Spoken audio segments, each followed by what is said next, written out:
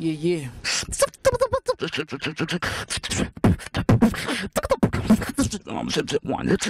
Hip-hop TV.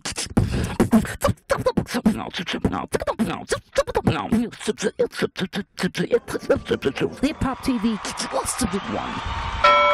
South African comedy, what is missing? What is missing? That's a fucking good question.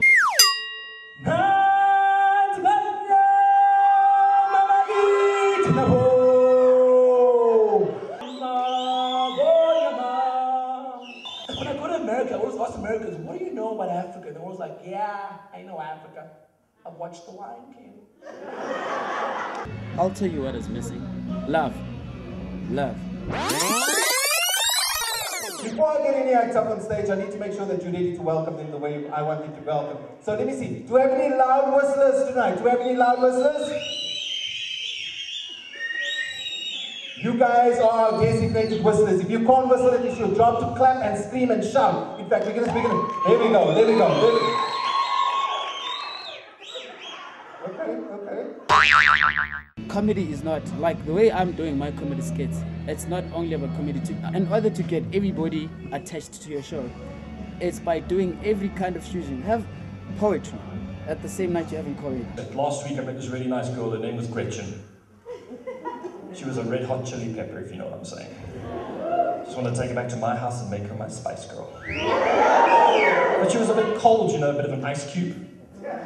Even though she had this like really cute baby face and this really sexy tattoo. And I'm thinking to myself, there's no ways that that chick is ever gonna puff daddy. Have comedy. Have people who are gonna do freestyle for hip hop. When I get older, I will be stronger. They'll call me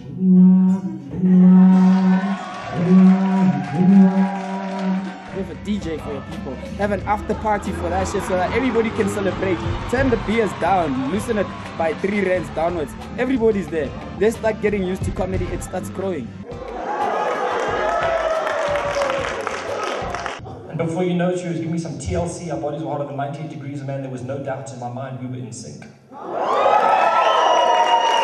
Comedy night.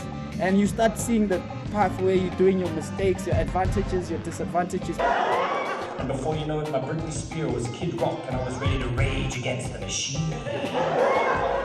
I said, baby, take that. I showed her no mercy. I proved I was no NERD. And when we were done, I got her my supercar, dropped off at Lincoln Park, paid her, and all of it back was 50 cents. It is a long road that we are traveling. We will never be perfect, but we might be great. I used to be a smaller girl. I used to be a size 34. Seriously, when I was at first, I was size 34, and then one day I woke up and decided, fuck it, I'm hungry. So.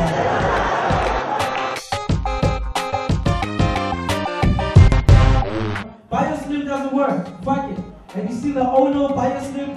That motherfucker's so fat, he got cellulite on his scalp and stretch marks on his heels. BioSlim doesn't work. I mean, ask Benny, he'll tell you. That shit doesn't work. You get fined over that shit. You see that rugby player that beat up that cop? What a horrible story was that, eh? And the only reason you could beat a cop to death with his bare hands is because the cops are not allowed to strike back. We are not on strike. We might be having issues internally, but we are not on strike. But I'll be honest, as far as the story goes, I think it's a good thing. Because I'm happy that he didn't shoot the cop. Yeah. It's a very good thing. Because if he'd shot the cop, could you imagine that headline? Cop blown away by BJ.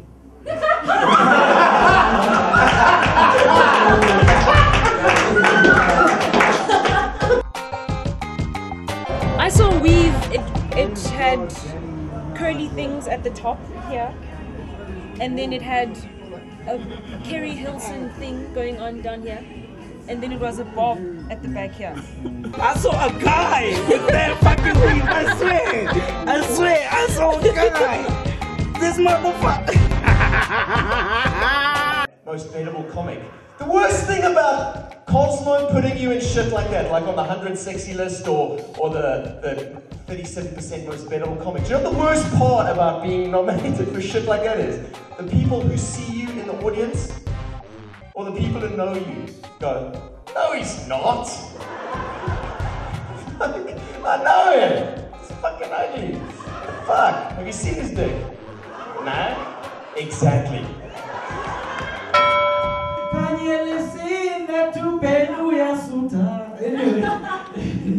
Hey man, it's crazy. Yarn beat of it, yarn beat of it, yarn beat of it, stand still. Yarn beat of it, yarn beat of it, yarn beat of it, stand still.